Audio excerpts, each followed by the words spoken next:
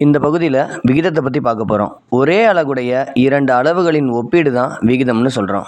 இந்த விகிதத்தை ஆங்கிலத்தில் ரேஷியோன்னு சொல்லலாம்.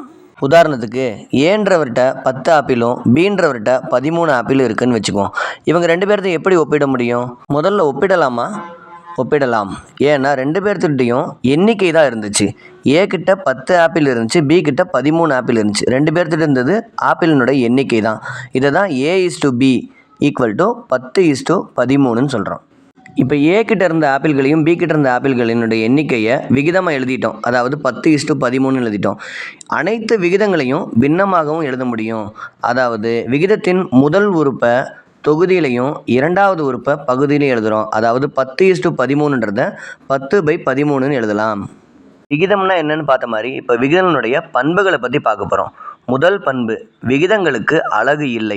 ரெண்டு பேர்த்திட்ட இருந்த ஆப்பிள்களின் எண்ணிக்கையை விகிதமாக எழுதும்போது 10:13 தான் எழுதணும் ஒழிய 10 ஆப்பிள் 13 ஆப்பிள்னு எழுதலை. அதாவது எண்ணிக்கை மட்டும்தான் போடணும். அதாவது எண் மதிப்பாக தான் இருக்கணும். அதனுடைய அலகுகளை சேர்த்து எழுதக்கூடாது. இப்போ ஆப்பிள்களுக்கு பதிலாக அவங்க ரெண்டு பேருமே கடைக்கு போயிட்டு சக்கரை வாங்குறாங்கன்னு வச்சுக்குவோம்.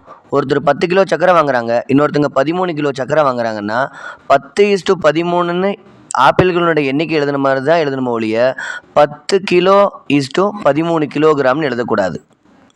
இரண்டாவது பண்பு, விகிதத்தில் ஒவ்வொரு எண்ணும் உறுப்பு என்றே அழைக்கப்பட வேண்டும். இப்போ 10:13ன்றதுல 10ன்றது முதல் உறுப்புன்னு சொல்லணும், 13ன்றது இரண்டாவது உறுப்புன்னு சொல்லணும். அதுக்குன்னு தனி பெயர் கிடையாது, உறுப்பு, அவ்வளவுதான். மூன்றாவது மற்றும் கடைசி பண்பு, விகிதத்தின் உறுப்புகளின் வரிசையை மாற்றி எழுத முடியாது. அதாவது 10:13ன்றதை 13:10ன்னு எழுதலாமான்னா கண்டிப்பாக எழுதக்கூடாது. முதல் உறுப்பை முதல் உறுப்பாக தான் எழுதணும், இரண்டாவது உறுப்பை இரண்டாவது உறுப்பாக தான் எழுதணும். ஃபர்ஸ்ட்லேருந்து ஒருக்கா ரீகால் பண்ணிடலாம். இந்த பகுதியில் விகிதம்னா என்னன்னு பார்த்தோம். விகிதம்னா என்ன? ஒரே அலகுடைய இரண்டு அளவுகளின் ஒப்பீடு தான் விகிதம்னு சொல்கிறோம்.